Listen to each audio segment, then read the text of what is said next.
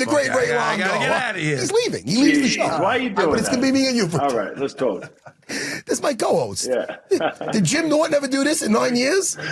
This is your MO now. You just leave when you want to leave.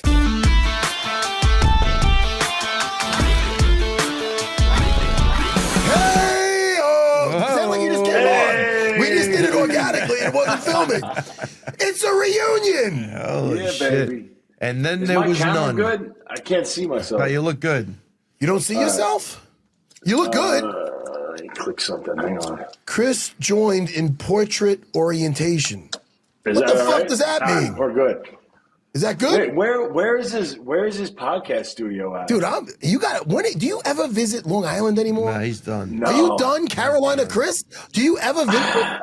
I got a guy who had a deli in Seaford on Merrick Road for like 20, 30 years, and he opened up a deli by my house, so I'm good. The pizza is definitely a little suspect, but I tell myself now that pizza is not that good for you, so that's how I get by it. But there is a place by me that's going to have like pizza by the slices, because they don't have slices out here. You have to buy like a whole pie. Yeah. You know, It's what crazy. they don't have? You know what else they don't have down there is Talio's. I know you think I don't want to get into this too early. People are going to think I'm sponsored by Talio's. The place that I have my own slice. Well, let's not make this about me. Yeah. I know. I seen the walkthrough you did a little bit, but refresh my memory. What kind of slice is it? And where is that place? It's delicious, but the thing is, they import their flour from Italy, so I'm eating that shit every day. Hey, remember when we were texting? You said you wanted to see my abs. Yeah. Come on, man. That's pretty Touch good. that. All right, Touch it. Hang on. Touch. Get away from me. Longo, it's your turn. Let me see your Hey, abs. Longo is telling me. I'm not that far. I'm not that Hang on far a second. from that. Is not that place in Massapequa Park that you Yes. loved forever? Oh, it's It that is. same place. Was it? Didn't it change? It's not forever. No. You're thinking of Phil's. Phil's probably hates me right now. Yeah, I'm like a creonche. I'm like a Brazilians would call a creonche, like a traitor. Dude, they import their flour from Italy. All right, listen, enough. Talio's. I'm going to bring you there when you visit. You know what's sad, Chris? I'm coming. I saw them. They were at the fucking Stop and Shop. I saw him buying the flour. The guy that owns the place. He's saying they're importing it from Italy. That's like listen, down I'm going to here, get this they cut say out of that the episode because that's. They say they import the water from New York. Like when you go down south, if you want to go to a good Italian spot, their thing is that they have like big trucks carrying water all the way down south. That's crazy. That's where you're getting hoodwinked. That's what I would 100%. say. But no, Rob is legit. Don't listen to this character. Hey, before we got on air, he said you used to attack him when he used to have out of control nose hairs and. Oh yeah, it was always. Remember that you always commented on. I missed a nose hair when I was shaving. I mean, I would want a friend to tell me if I got these long nose hairs on the bottom of my nose. As a friend, I want to right like you don't have a unibrow or nothing, but right in the middle, he's got just one. You're not going to see it on camera because Should I pluck that? Can I get that thing out of there for you? He won't let you. That's going to take an eye out. I'm going to have to do this. Oh, don't move. That's why Longo. Oh, dude, look at that. Look at this. There you go. It's like a nose hair. Do you see the size of that? Look.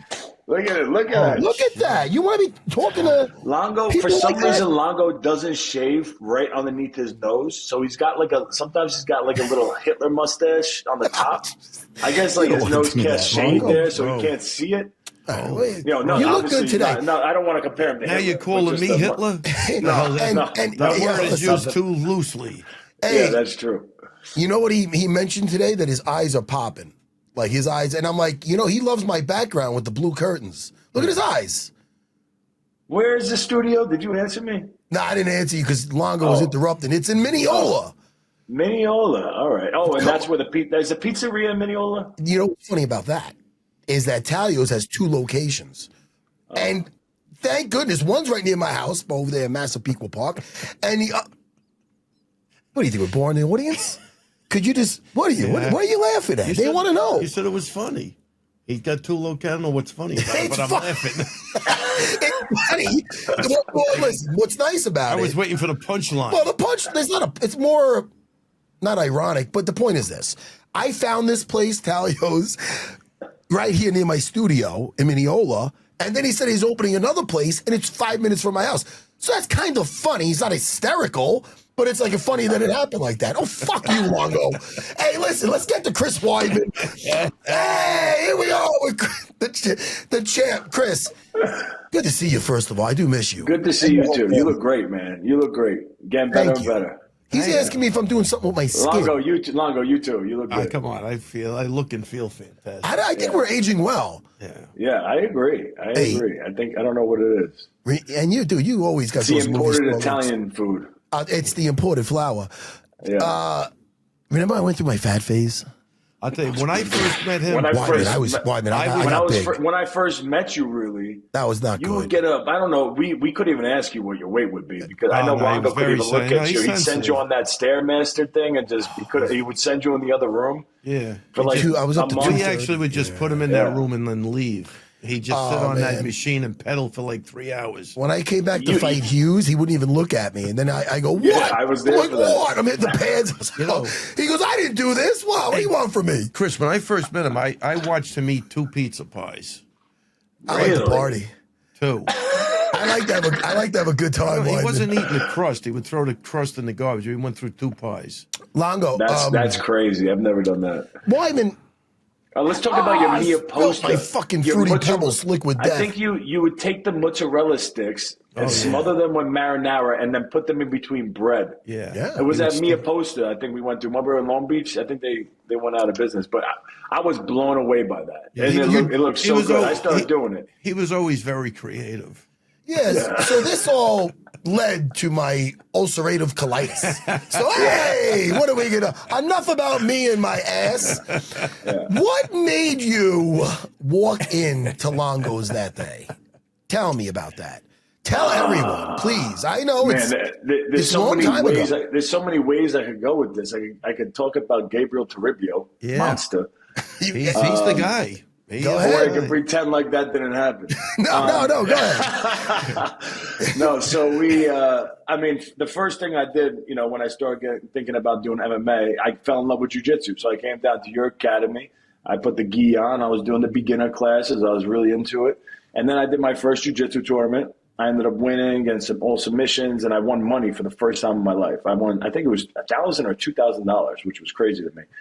And I'm like, man, I love this. And then I had all these people around me, other fighters. I was helping Drago out with his wrestling and stuff. And they're like, man, you should fight. And I'm like, all right, if I just learn how to strike. And then, the next option really was, all right, I got to go down to Longo's, learn how to throw a punch and kick and stuff. And I walked in there, and that was the beginning.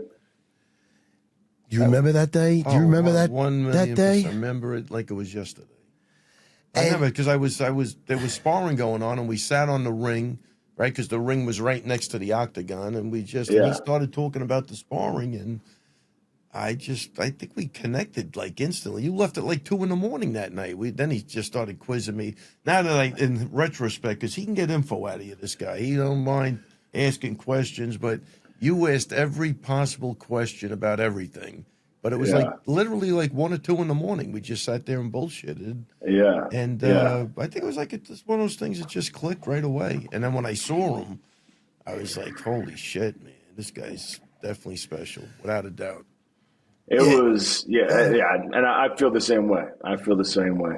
It was right away. We definitely clicked. Liked him a lot. He didn't, it's weird. You come in, you're the wrestler. I don't know anything about striking. I'm watching the sparring from a competitive angle, mental toughness, whatever, and the wrestling aspect. And I'm trying to, you don't want to come in like you know what you're talking about, because I don't. But he was open enough for me to share my insights on what I was thinking was going on and whatever it was. I can't remember exactly who was sparring and what was going on, but I remember definitely loving Longo right away.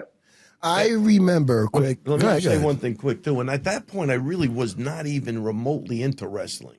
We were using guys on the high school level, so it wasn't it just was different. I mean, you definitely changed my whole perspective on wrestling. I became a fan of wrestling because of you. And I think even Keith Rogers was a big wrestling thing. And he would tell me, hey, this kid's got accolades, he did this. And then when I started looking, I go, wow, this is crazy.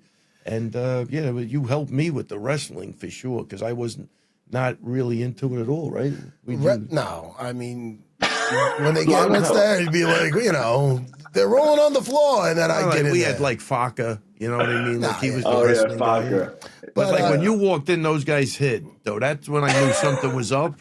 Everybody hid like because you were like the real deal. And I go, oh yeah, and I'm starting to get the picture right now.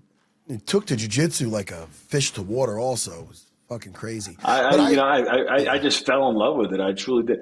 I think I see a lot of wrestlers, they come in and they think they know and they're like, I'm going to be able to dominate with control. And you learn the 2 arms in, 2 arms out, and they think they're good. But I came in with like the mindset of like, I'm starting from my back because apparently wrestlers aren't used to being on their back.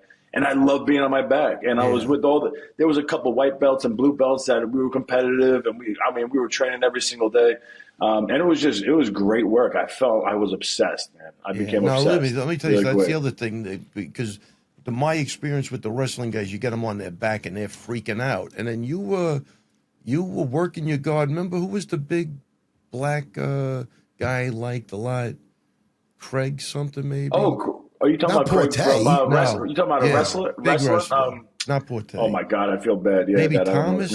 Yeah, Greg Thomas. What a nice guy. And I called Matt. I go, Matt, this guy's different, man. He's working his guard off his back. He didn't care. You were sweeping, throwing up submissions. It was definitely different than what I've ever seen out of a guy wrestling for sure. I always try to get these wrestlers to start with the gi on, learn the basics because everyone skips it now, especially a lot of stuff is no gi. You just jump in with the advanced guys because you could be okay. Like you might be all right as long as you're not going to like a Jason Rao, but you might be able to feel like you're competitive pretty early as a wrestler, but you're missing out on so many things that's going to probably hurt you in the long run. You know why? Because you're used to not being held down, these guys, all their life. So they're like, I could just get up until they meet a better wrestler or until they get tired, and then they have nothing from their back. The thing about the gi, when you're on your back, now the guys have a better chance of keeping you down. They make their grips. Yeah. It forces you to come up with a ground game where you could just, a bottom game, I should say. It forces you to get your triangles, your arm locks, your reversals, instead of just getting up the way you've been getting up your whole life because now you got a uniform on. So I'm big on that. I agree. I know you're big on that. That's why I'm big on it. This is because I learned from you. Like Drago, I got humbled early too. So the first time I ever really went against anybody good, it was Drago. And I started on bottom. And John Massa, I don't know if you remember John Massa, he was a 3-time All-American wrestler. He was helping out Drago more than me with wrestling. Yes. And so he started me on my back, and he goes, Weidman, just get up, bro. It's like wrestling. I get up to my feet. I'm out. All of a sudden, he's on my leg. And my leg just starts bending backwards. Like he's got a knee bar on. I've never felt anything like that in my life. I'm like, what the fuck is this? This is crazy. And I tapped my first time tapping and understanding like, man, this is no joke. And at first I was like, man, this sport's crazy because I was still really into wrestling at that point. Yeah. But I think that's probably helped me too to come in and realize this is a whole different game. You better take it serious. And it's also about attitude. Now, there's one story that sticks out in my head that it's one of your I think you have a sparred. And Longo, I want you to take it up because it's something about him seeing a dirty mouthpiece. Oh yeah. Just please, for the people at home, let them know. No, there was a guy that calls up. He's looking for sparring. His guy had a fight in Iowa or something. In Iowa, right? And he came from a wrestling family out east. So I said, I really don't have anybody. And the guy, I think he was 7-0 or something. Yeah, right. Bro. And he's in the room and he's going, I don't even know him. Basically, hardly know him. He's like, I'm sparring. Let me spar. So I go, look, I have nobody. And then the guy says, well, we just came off the show. So the guy says, well, can the guy come down and meet you? He just at least see the place. Because I had known the guy who was calling, it was his trainer.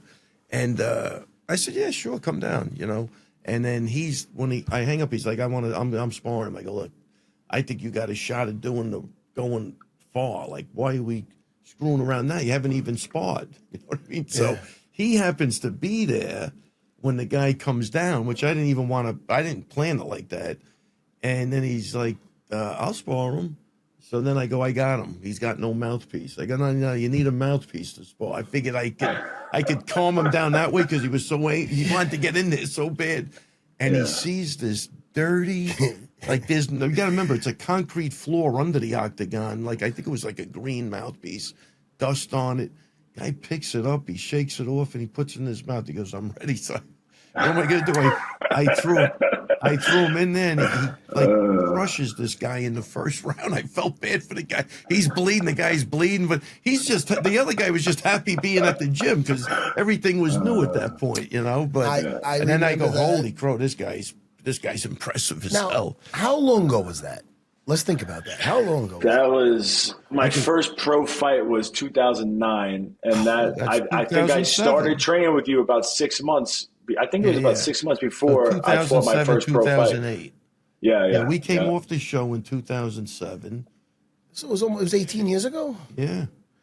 Damn. And I remember that story. That's when you won him over. I know that. How do I remember that story after 18 years? It's just because weird, that's right? when he's like, yo, because, hey, man, wrestlers come in, they're already gritty, but you don't know how they're going to react when the fists are getting thrown, you know? Yeah. I remember my one jiu-jitsu guy that, I don't want to mention any names, but he'd get hit. What happened? He'd go in the mirror. I think I got cut. Oh, yeah. It's like, what the fuck? Hey, dude, this might not be for you. You know, nice kid though. He did well. I had a guy get out of the ring the other day. Is my head all right? It's almost like I go, dude, it's a scratch. Like it's bizarre what I'm looking at right now. But wait, let me enter that story. A couple of days later, your buddy Sergio Nicolosi, shout out to Sergio, great guy. Oh yeah, really he comes in. He goes, I think I lost my. That was Sergio's mouthpiece? It was Sergio's mouthpiece. He's a clean guy. You put it back on the floor. I go, I put that in like peroxide for about 2 days. You know, for a while, I don't know why. I don't know. I was definitely broke. I feel like I could have afforded a mouthpiece. But do you remember I had those? I would keep putting a plastic glove around the mouthpiece, like a doctor's glove. Yeah. I would have the fingers popping out of the mouth and stuff. I don't know how long I did that for, but it was definitely a while. It'd be going down, the fingers would be going down my throat. Like I thought it was better if I wrapped it with the doctor gloves. Hey. Yeah, it's probably Sherry's gloves.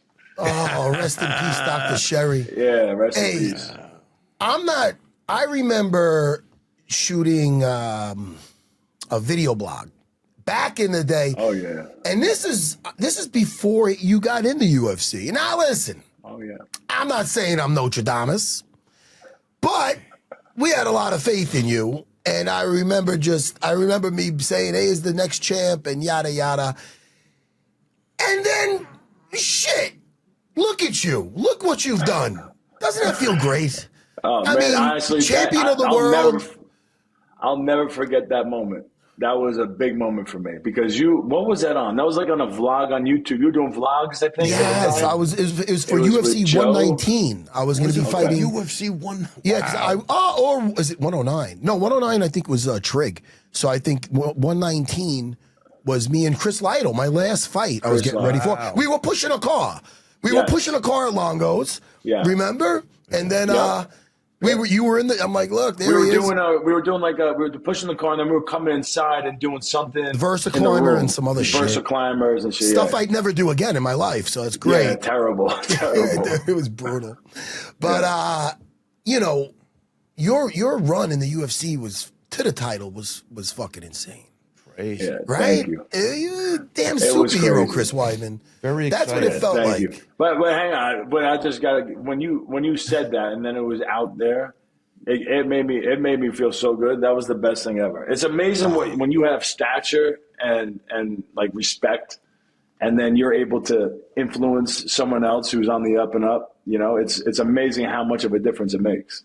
Because that was he makes us feel good about ourselves. Yeah. Chris, he has that ability. He knows how to speak. I feel suddenly better. He speaks well, and you can always trust he's going to do the right thing, as opposed to opposed to anybody else. Hey, Aljo, isn't it great to have the whole corner back together again? Well, I feel I can compete with anybody in my corner, but yeah, it's great to have the gang. It's like, hey, dude, say less. No, fucking around. We love Aljo. No, the best was Aljo. Yes or no? No, with Aljo, when they did the special on me, remember when they did that special on me? Shit. They want to interview all of you guys. I go to Aljo, lie. I don't care. Whatever you do, don't tell the truth. Don't tell me. I just lie. I don't care. Nothing matters. I didn't know what he was going to say, but it was actually funny. It's true. You have no idea. I miss sometimes the whole band back together again and going to fucking Patty's. Not Patty's. Where'd we go? Remember Eddie's. Rest in peace, Wiz. That's how we found that place. Yeah. But we used to have some nice get-togethers over there with the whole crew. Now everybody's scattered, man. It's rough. You're in Canada, it breaks Longo's heart. COVID kind of killed everything. It's crazy. You know what's weird about the COVID, though? It really did great for my life in a sense where it got rid of my one school, which I would have kept afloat because I was used to doing it, but I didn't need it. Things are so much better now at my school. And during that time, wasn't that school killing it for you, or wasn't anything crazy? It was great, but it was also pulling from Huntington. It was like the same. Gotcha. It was a lot of the same crowd. A lot of guys would start at Huntington. Oh, show me a picture of Wiz and Franco. You got to see this picture. Could you put it up to? Let me see. You can see it a little bit. Make it. It's Wiz and Franco, who's my height, and Wiz is a former professional boxer Wiz is 6'7" that died. I got to send you this, man. You know, he'll send you that off air. Yeah. But yeah, listen. Hey, the title was phenomenal. Isn't it amazing that the guy to the right of me, and yours wasn't as big of an upset, and that's a good. I'm saying that. I'm saying mine's the bigger upset in a sense. And that's an insult more than me because nobody thought I had a chance.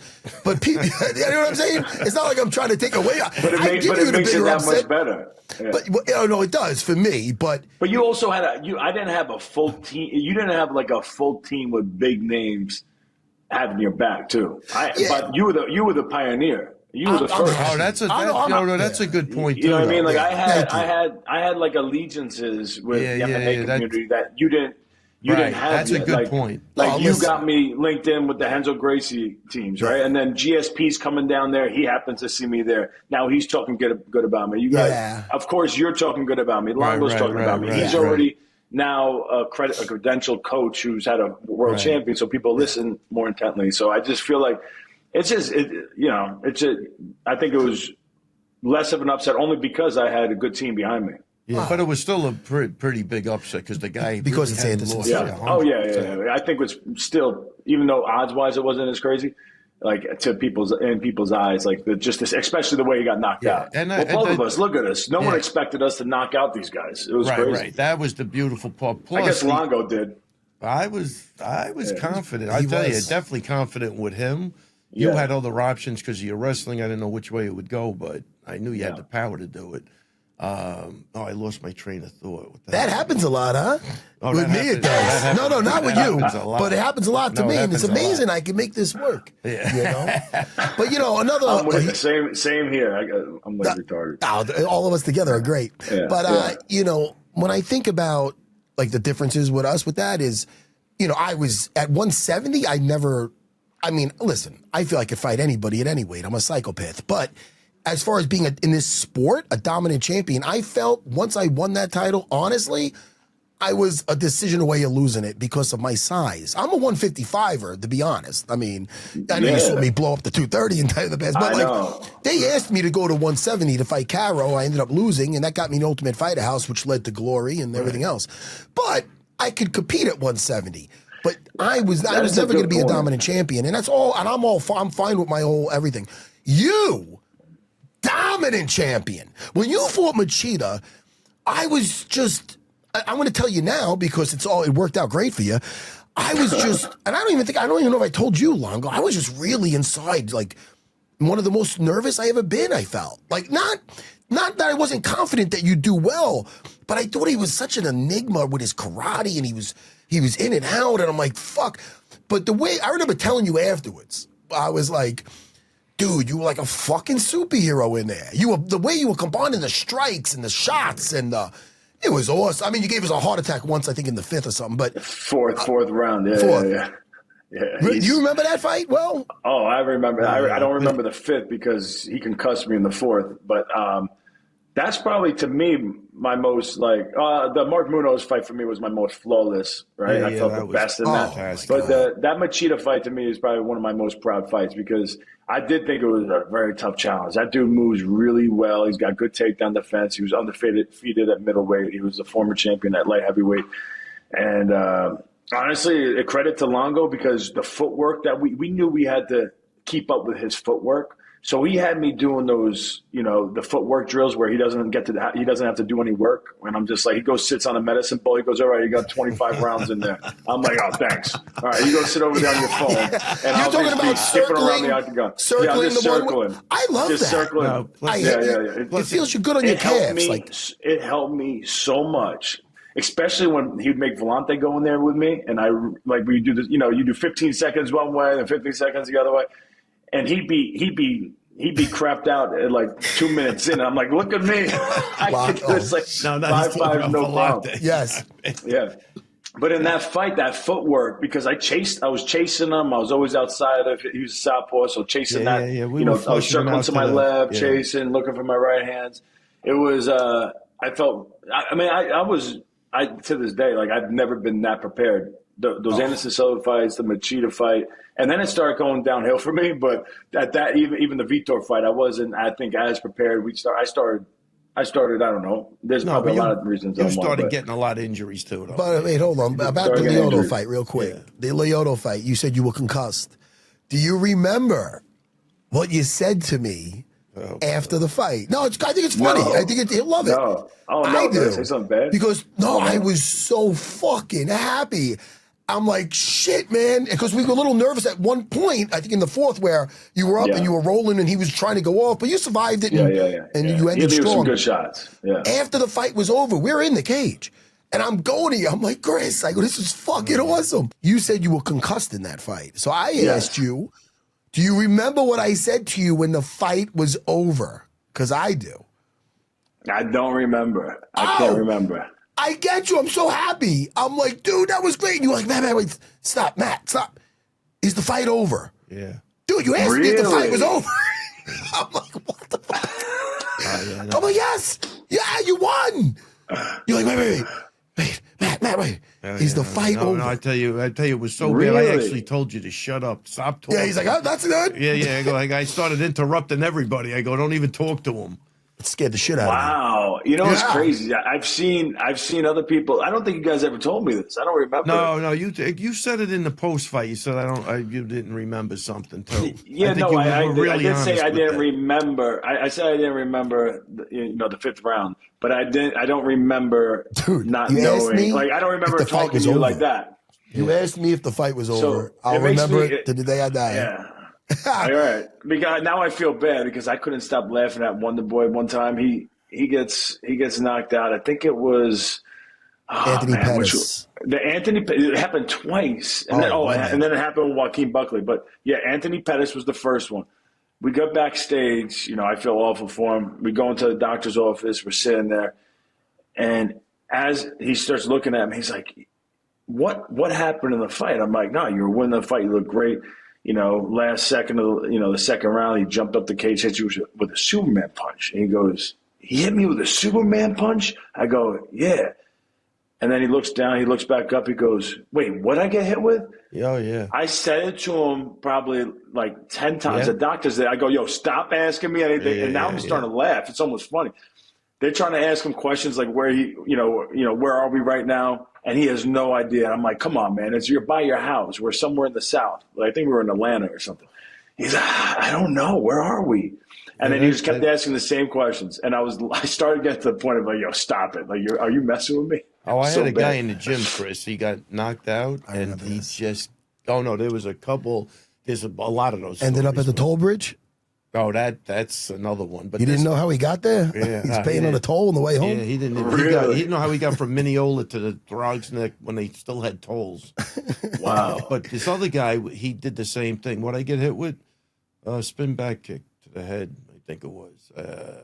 2 seconds left. What I get hit with? I mean, it was and we had the ambulance coming at that point to get him out of there. But in between that time, then he started to remember, like, where do I live? So we tell him so he could tell I swear to God, so I think he could tell the paramedics, like he knew where he was, but no idea.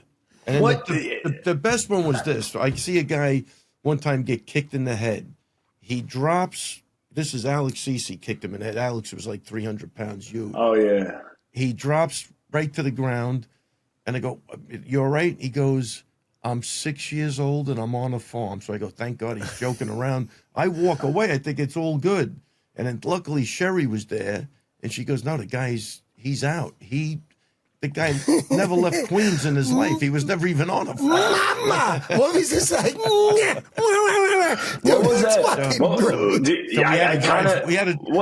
We had to drive him home. What happened with? Remember Eddie Gordon? It was a weird one. Oh man, you were there for that. He left his dog or something. I remember that story. Yeah, he comes in. I don't remember him even getting hit hard. Yeah. And he's leaving. I go, "You got to take your dog." He goes, "What dog?" I go, "What dog? You brought the dog in with you." No idea. Yeah, that was a weird one. And then we had to take him to the hospital. And then he became the Ultimate Fighter Ultimate Fighter champion, the Ultimate Fighter. Was he sparring with Dan Geraci? He could have been one of those guys. Dan, remember the big Polish guy that was in there? Oh, yeah. Could have been him too, but he went. He didn't know he was divorced. The guy was divorced. He still thought he was married. Right. He called his wife. It got crazier and crazier. Yeah, that's right. Yeah, he's calling his ex-wife. God. She's like, "What do you mean? We've been divorced for 6 months." And he's like, "Shut up. What do you mean?" Yeah. He's like, "I'm coming home right now." She's like, "You don't live here." It was like that. Right? That was bad. Yeah. That is fucking crazy. Yeah, it's a crazy sport. Crazy sport. No, crazy sport is right, man. Hey, so. Listen, what a run you had as champ, dude. Listen, then injuries happened. By the way, before that Vita Belfort fight, good thing that was a one-rounder because I remember you had to take a shit. Right oh, my God. Yeah. That was bad. Yeah. You guys all probably were like, where did Weidman go? I was like, I got to go. I dodged out. They were about to play my walkout song, I think. Oh, did you shit before? Go. I shit. No, I shit before. I had the flag on. We were getting ready to walk out the tunnel. And, the cameras are on me, and I go, I can't wait. And I just was like, I'm gone. I still UFC gloves on and everything. I think you would have definitely shit in your pants. No question. Oh, yeah, 100%. Yeah. If I have to go, I got to go. You guys do have that one thing in common. What? Our asses? The only two guys that ever took a shit on the hill while we were running. That's true. That is Chris, true. You outdid me with that. I mean, you know what happens when we go to old Herrick's High School and after we do the mile around the track, then we'd go to the hill. So after that mile, I'm eating good. I got a cantaloupe in there and stuff. I don't want to go back to the school's 5 minutes away. You're not going to stop. No. So I would take a shit on like the third baseline or something, and then I'd go to the hill. I remember grabbing somebody's shirt. I go, "Give me that shirt." And I'd wipe my ass with it. Hey, listen, we're animals. We were fucking animals. Crazy Chris. And then he tells me how you outdid me. How you would just now, dude. Does anybody be careful with it behind them already? You would run down, and he's telling me you just drop your pants, shit, and continue to go up and down the hill, Weidman. Yeah, he took his shit. I was hoping he'd feel bad for me. Yeah, I shit right where I'm at. They think it's all fun and games trying to become a champion. See, then I thought it was funny, so I thought it was funny, so I order him a porta potty off of Amazon. Yeah. He comes in, it's a bucket with like a toilet seat. I go, I got you something. He pulls his pants down, he took his shit in the bucket. I go, dude, we're in the office. Like, somebody could walk in. That is just, that's crazy. Oh, my God. I had that food poisoning. I ate the tuna. I thought it had grapes in it. I go, this is actually pretty good. I think I was saying to Blanco. I was like, wow, they put grapes in it. Yeah, grapes. He goes, you got to try it. It kind of tastes like broccoli or grapes, whatever. Yeah, oh, God. And thank God I didn't bite it. Next thing I know, he had to have his mother come get him. She picked me up. She put garbage bags on all the seats and on the floor. And I was shitting myself on the whole ride home. My poor mom. That was freaking awful. Oh, God, is that disgusting. Listen, I want to get into what you're doing now in a second, but before we do that, there's something that you two have in common. Oh, you're actors. You know how to act. No. I loved you in Kevin Can Wait. Oh, he was good. Kevin. And Kevin can or can't? I always get the fucking thing wrong. Can. Yeah, I messed that up forever. He can. Yeah, it wouldn't be good if he can't wait. And you were the police officer that was like who was jealous of you? So Kevin. It was Kevin was jealous of me. I was with Adam Sandler was my partner, and Kevin James was jealous. He was the ex-partner, and he Yes. retired. And now, but he thought he had such a good relationship with Adam Sandler. But Adam Sandler basically loves me more than him. Like, I'm better than him at everything. Yes. Yeah. That was awesome. Now, what did you? Now, you were great in there. You were great as the cop. Not as good as Harry Connick likes the freaking lasagna. That line. Yeah. I want to put that in this episode if that's possible. I'd like to get both you guys in here with that. We'll have to talk to Kevin. Get that footage. Yeah. Oh no, I got that footage. Do you? Yeah. Damn right you do. Yeah. He'll pull that I want to put that back out there because that was phenomenal. Yeah. Did you have something to do with this guy getting that role, or was that his because Kevin James gave him a black eye in sparring that day? Remember walking around with a shiner?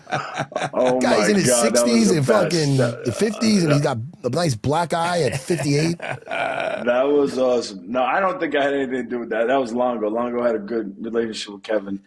Is there anything else you're going to be doing with that? Do you have any other? Go ahead. I remember one time me and you were like play sparring, and you punched me in the eye like we were just doing something. I had to go to the ophthalmologist. The guy goes, "What happened?" I was sparring Weidman. The guy looks at me, goes, "Is there something wrong?" I had to be like 57, 58 at the time. He goes, "Are you retarded?" Oh man, I miss those days. You used to spar with me. Yeah. You used to do the I forgot the character in Mike Tyson Punch Out. He would do like this. I can't do this with his belly and just let me hit him in the belly. I might have a hernia. I can't take the body punches no more. Maybe you should pick up golf. Any more acting in the future? I can't. Longo's actually good at it. He actually is good at it. He's passionate about it. I think it's like something that was in him as a small child. He watched movies and he saw himself as one of those guys. Humphrey Bogart, whatever the fuck his name is. Some old Italian guy. I fancy myself a Mel Gibson. I think you're right. Yeah. I don't know. I can't do like these, they send you sides and you self-tape and you have to play this part and then you send it in and they know they're not picking you anyway. And then next thing you know, you got to fly to LA and have all these people in a room and they're judging you. I'm definitely not doing. If something comes because of a connection or something, like, hey, you want to be in this movie? Yeah, I'm in. Like Happy Gilmore 2. I got Kevin was trying to get me in Happy Gilmore 2. It didn't happen. Yeah. But I was excited to do that. Like I would do something like that if it comes easy. But I'm not going to be the guy who's going to LA trying to get trying to get on movies. Yeah, definitely not. But listen, both of you guys, you got to help me out. That movie Caper I did, they're still putting it in movie theaters now, just as a test run. You got to help me push it out there. Capers? It's actually really funny. Caper. Wow. It's a comedy. I'll send you the promo. Wow. He plays like a priest? A bouncer. He plays a bouncer. I played a priest in Roy Karp's Grace Point. Great. Did you see that? We never saw that. It's actually, I saw it. They just had it on, I think it might be on Amazon or Netflix. My kid, CJ, just saw it. He goes, "Isn't it the movie you're in?" I got to look at it. Aljo had a good part. Aljo's actually, I think Aljo's a good actor. Dean Thomas is a good actor. I seen that movie, and it had a little twist to it. It also has the guy Andrew McCartney from The Breakfast Club in it. Yes, yeah. And Rob Lowe's son is in it. Yeah. I don't even know. Did you know this? Yeah. I wasn't there when I was in the movie, but I don't know any of these guys. Yeah. I have heard the names, but I don't know anybody. Yeah. I'm the worst. You're good with movies. I'm the worst. You know what it is also? Memorizing lines and stuff. I think I have a disease. If I could spend all day memorizing like a paragraph and I could have it down in my head, but when I say it, I add different words. I can't stop. I don't want to add different words, but I just do. Yeah. And these guys who spend time writing these things, they probably don't like that. I think I have a disease. How did it feel when we brought in Mark Henry and he starts throwing out the words like, "Do the splinter, do the fucking," I don't know, fucking around. It was like Good Will Hunting. You got all these equations on the wall. That was crazy. That was a crazy time. Now listen, he's the man. He's a really good guy. No, I love Mark Henry. Yeah, I'm fucking. I like the code words would fuck me up though. If Longo starts fucking, it's a lot. Throwing out some code words, I got my memory. Yeah. Even with the jiu-jitsu nowadays, I got to keep it simple. 100. And it breaks the arm, it's an arm lock. And you're the best. Yeah. I don't think anybody's got the basics down. Wow. And that's what works. I'm a fundamental freak. 100%. And all these kids that when they're my age, 51, they'll be doing all that shit. But listen, Longo, before you get out of here, really, he's leaving. The guy's leaving on us. Longo, Are you leaving? Keep those headphones on. He's leaving. I gotta go. Chris, stay with me for a couple more minutes. All right. Longo, it's your MO now. You want to just leave? I gotta Everybody, the great Ray Longo. I gotta get out of here. He's leaving. He leaves the show. Why are you doing But it's going to be me and you. All right, let's talk. This is my co-host. Yeah. Did Jim Norton ever do this in 9 years? This is your MO now. You just leave when you want to leave. Thank you, Longo. I'll talk to you later. Come in here, you tell me I'm sweating and my head's red. Yeah. Bye, Longo. What's Jim Norton doing me and now? you. Is he doing MMA, any MMA stuff, or he's done with MMA stuff? Me and Jimmy are still doing UFC Unfiltered for we did over 900 episodes. Oh, get out I'm still doing that twice a week. you're still doing that too. So you're doing a lot of stuff like this. That's mine. Yeah. Fun as hell. Yeah, Fun as hell. yeah. Really quick though, Chris, I'm going to get you out of here soon, but I want to just talk a couple more things. Yep. You had to bounce back, and I don't want to see it, and we're not going to put there's any pictures, and I don't want anything popping up on the screen because I've seen it once, and I don't want to see it again. Yeah. You had to bounce back from one of the most horrific injuries, and it's so fucking ironic that it happened to both the two times it happened. Well, it happened three, once with Connor, but not nearly as bad as I feel as Anderson Silva on your leg. And then you broke your shin similar to on Uriah Hall. So it's like, I don't want to revisit it too much, but are you at 100% now? You look great. You're running around. You fought since. Yeah. How is it? It's 100%. No, I don't think it's ever going to be that because the muscle tissue and I got indents in my calf because the bones came through the skin and the muscle, and it destroyed a bunch of muscle. They had to take out some muscle, and the nerves down there are kind of shot because of whatever happened. So the trauma. It's good enough. It's good enough. And I had 10 knee surgeries on that knee before they took a rod and shoved that through that joint into the tibia bone. So that didn't help the joint either. So the joint's that knee sucks. Yeah. Are you waking up in pain, or are you good? I mean, no, nothing. Honestly, thank God I've had 30 surgeries now. No, I really don't. I'm not complaining about anything. I don't know if you messed with it yet, but shout out to BioAccelerator. Oh, Have you been there? I've been there. But I love those people over there. I'm going again in December. Oh yeah, BioAccelerator. I keep missing my appointment. You know how they say you got to do the doctor consultation thing. I keep missing my appointment. I got to go back too. I'm not gonna lie. I didn't follow up with one appointment. I'm pretty bad with that. Yeah. But I'm going there again. They're great people, and they shoot you up full of life. Well, I wasn't able to throw my right hand anymore, and I'm able to throw it again. I got Ann holding for me. Yeah, it helped me a lot too. It really did. All my joints felt better after going there. I got to go back. Will they shoot up your shin and stuff? They shoot up everything, bro. I had them shoot up both my knees. I was in a wheelchair. How'd you deal with that? I was in so much pain from that injection. I was in a wheelchair for a day. It hit me a little bit harder when I got home. I'm like, yo, what is something wrong? My knee was aching. But I think it gets a little worse before then it gets better type of thing. One of my knees, I was fine. It almost there was no shot in there. And then the other knee, I was in pain, serious pain. But then it got way better. Well, I'm happy you're feeling better. Joey, right? Now, is it Joey? Grant? Yeah, Joey's great. I love Joey. Joey's the guy. He wears the baseball cap. He's the man. Yeah, shout out to Joey. BioAccelerator, man. I'm going back. You know what's great about that? I do my little. I go to Disney with the family. I do Thanksgiving in Florida, and then I hang out there for 10 to 12 days with the family. We do the Disney thing, Universal.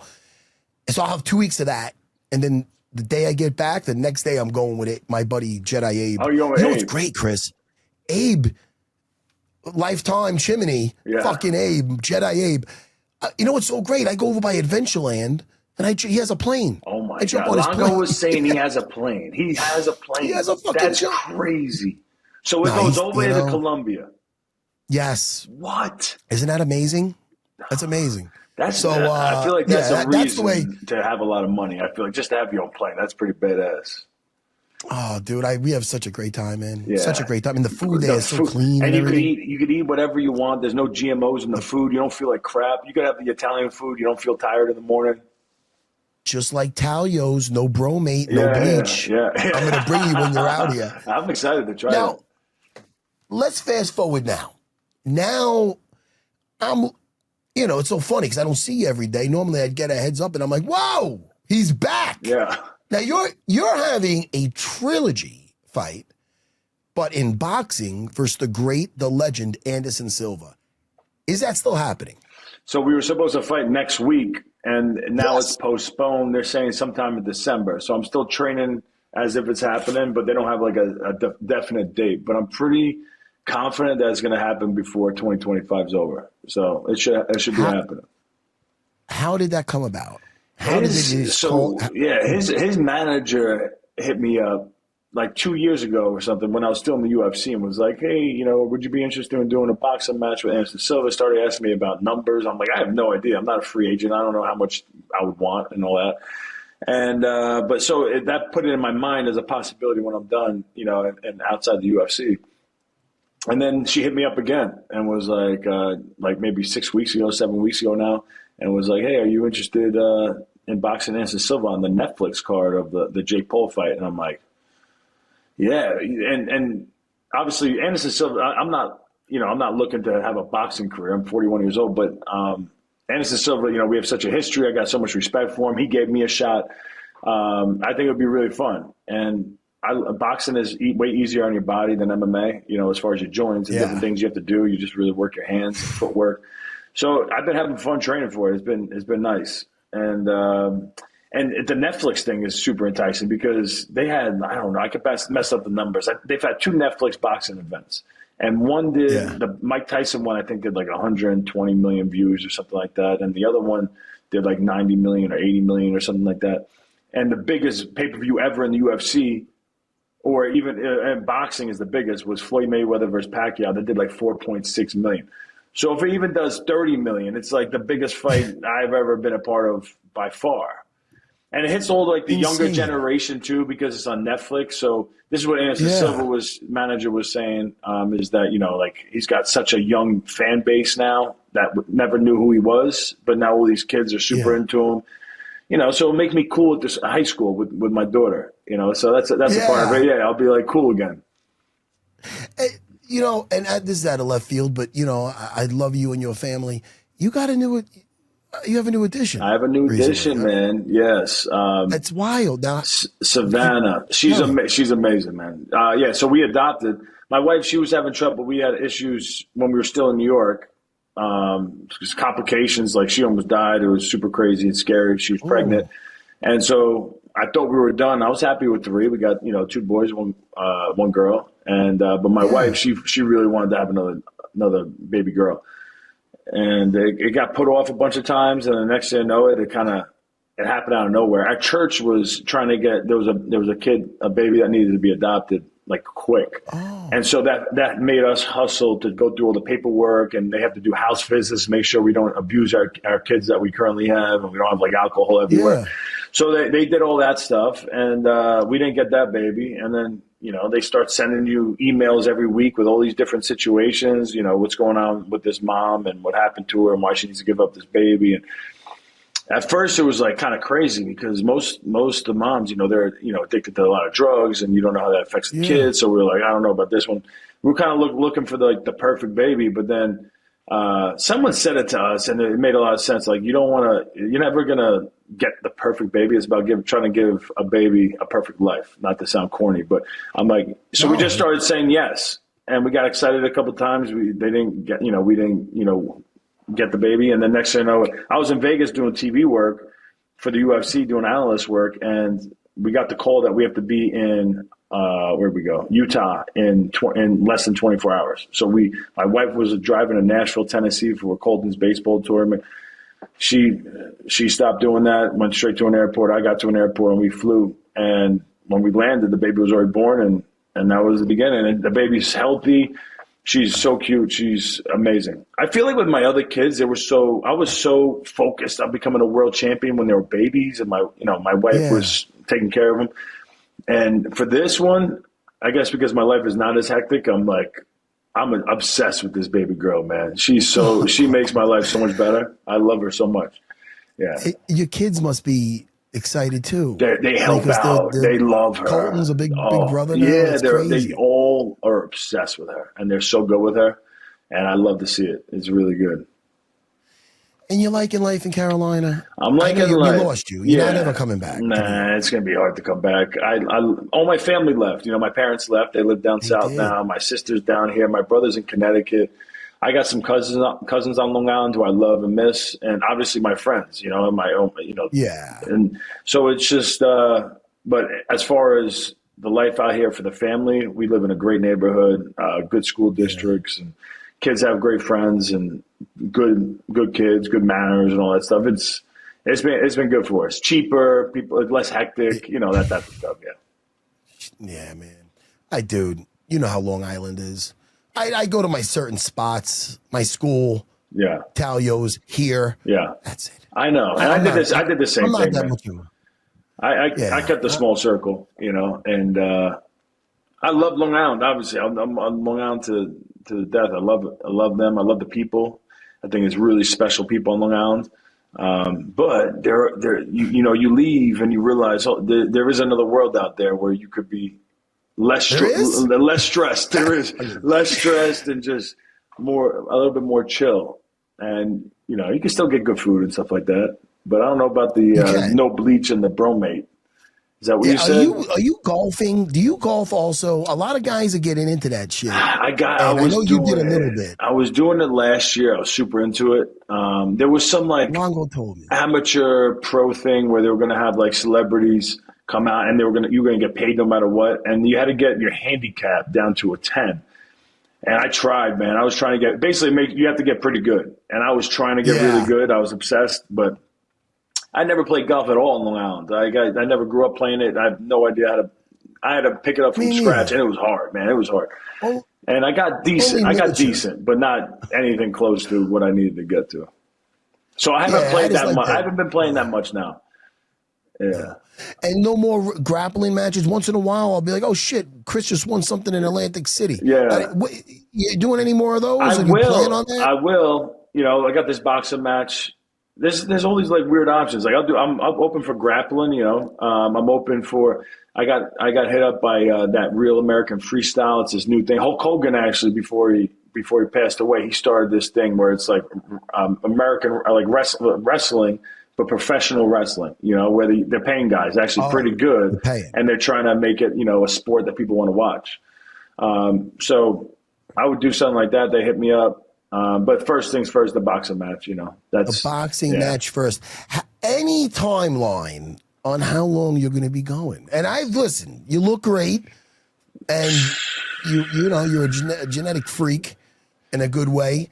I mean, just playing it by ear. Yeah. I mean, like it kind of, it's not, I'm not doing MMA anymore. I can't see myself doing that anymore. My body just can't take it.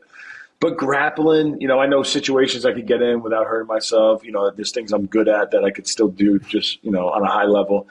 And boxing is easier on the body. I'm not going to do it forever because I don't want to get punched in the head for very long. But, fight like an Anderson Silva, win that, maybe a Jake Paul fight, make some real money. Like that would be fun. Yeah, why not? Like something like that. But that's it. You'd fight somebody your size. I know. I seen him with that. What's Gervonta Davis. He weighs like 140 or something. When I seen him on the stage together, when I clicked, I'm like, is that him with a kid or something? I thought it was a kid. It's crazy. It is crazy. I thought it was somebody's kid. Is that the guy he's fighting? It's crazy. And I'm sure the guy's very handy. Well, now, so now he's not fighting. That guy apparently is really good. But I don't know. The size difference, crazy. Now I don't know. There's rumors that he's fighting Nate. I think Nate said fight accepted on his Instagram, but I don't think they really announced. That could be Nate just trying to get the fight, But I would like that. Who knows? Yeah, I'm down. Like Nate to get another payday. Yeah, 100%. I'm down for that. I like Nate. Let me ask you one thing, kind of going back to both like the UFC career, because this is how I felt when I was pushing that car with you at my last UFC fight.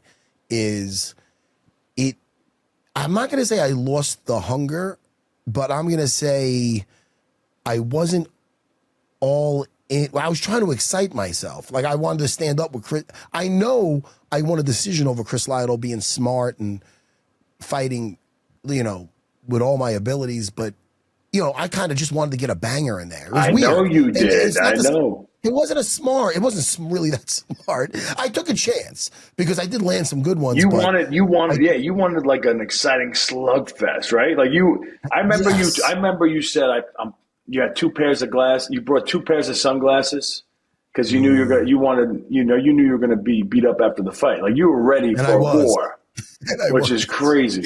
Yeah. Yeah. I remember I got this 50 stitches. I love this scar. I wish it was even deeper. But I feel a headbutt in the first round.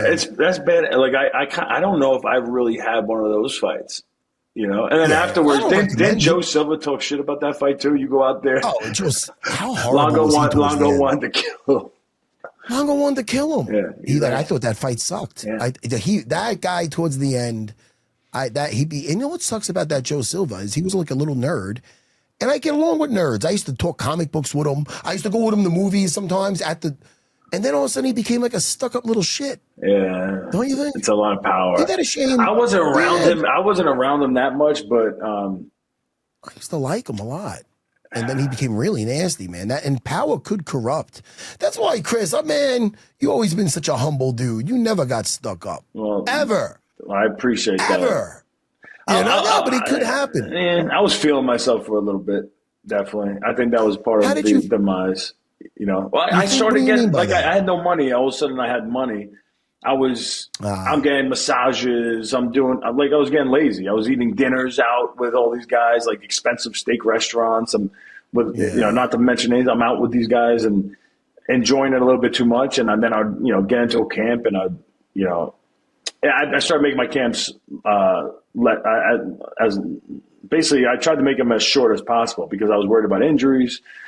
And I would come in overweight too. I would just. And you could justify it because you're winning. And you're winning. And then when I lost, instead of trying to change all that, I was just like, I know why I lost that fight. It was because I had an injury in the first week, and that's why I lost. Instead of trying to get back to the way I was, like when I was pushing the car with you, when I was that up and comer, when you were on your way out and you won some banging fights and you probably were trying to excite yourself, I was a man on a mission. I was all in. And like you said, I don't think I haven't been all in like that even now. Like I'm definitely not all in like I used to be.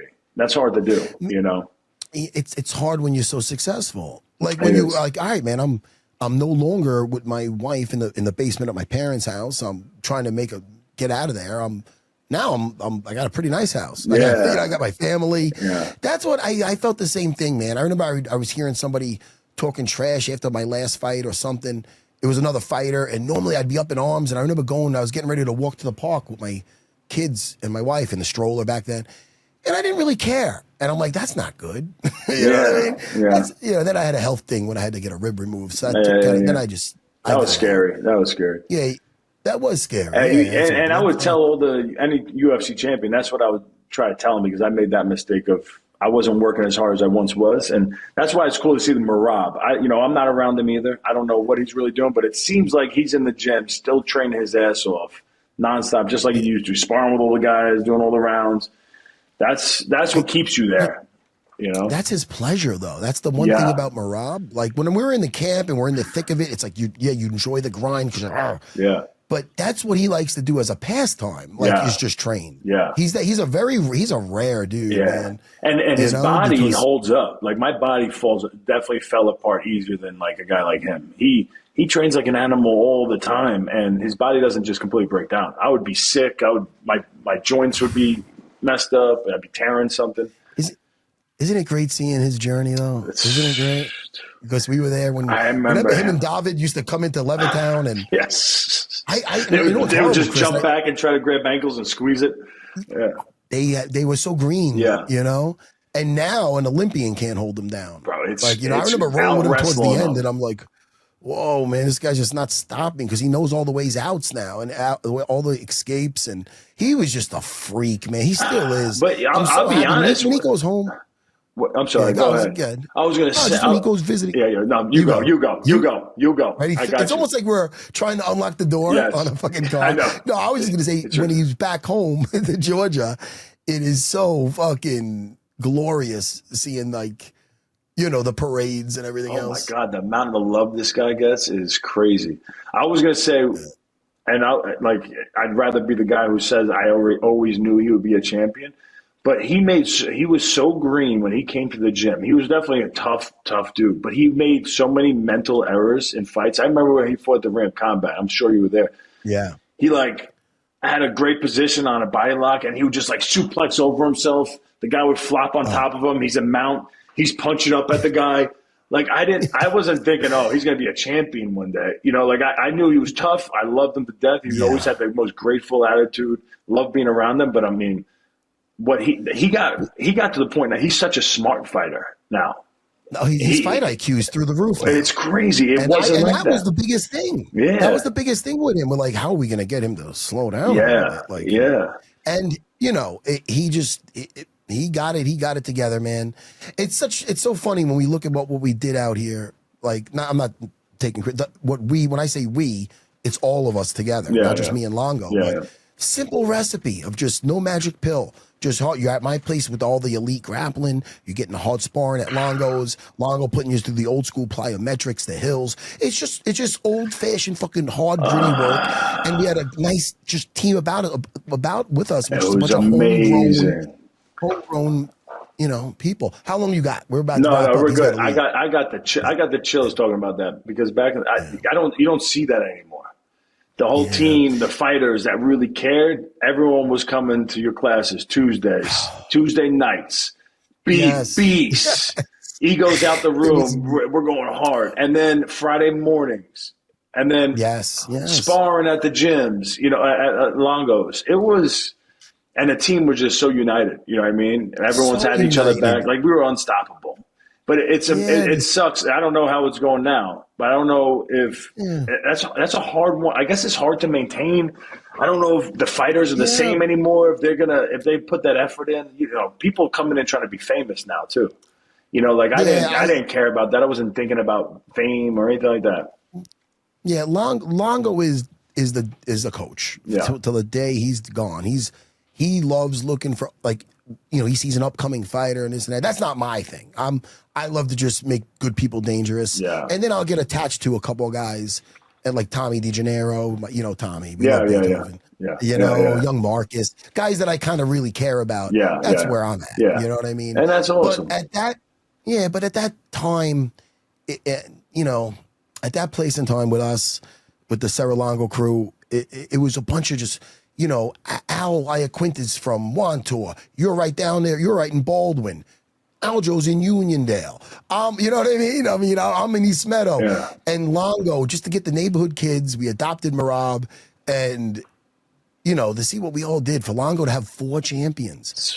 Chris, I saw an old thing the other day, a clip of me at 25 years old talking about getting the UFC. I'm like, I'm doing some stand-up with a guy, Ray Longo.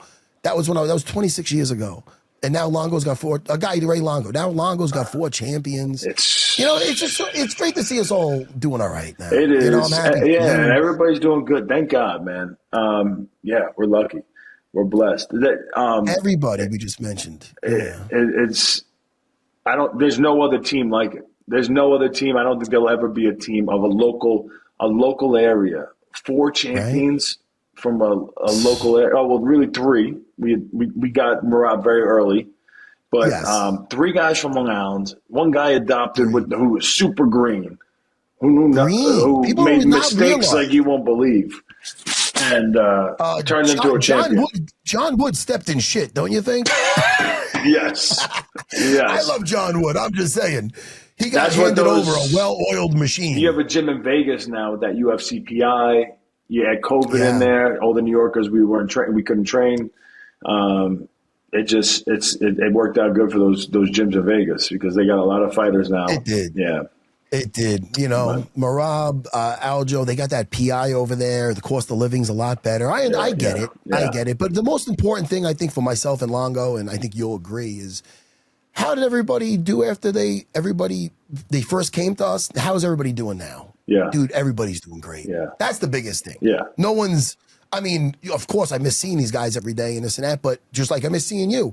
But it's a success story for all of us. It's awesome. Ain't that right, Christian? Yeah. I'm yelling at my producer. It's awesome. And you gotta be happy with Longo, man. He knows it. He knows what he did. It's pretty badass, and he put his heart into it.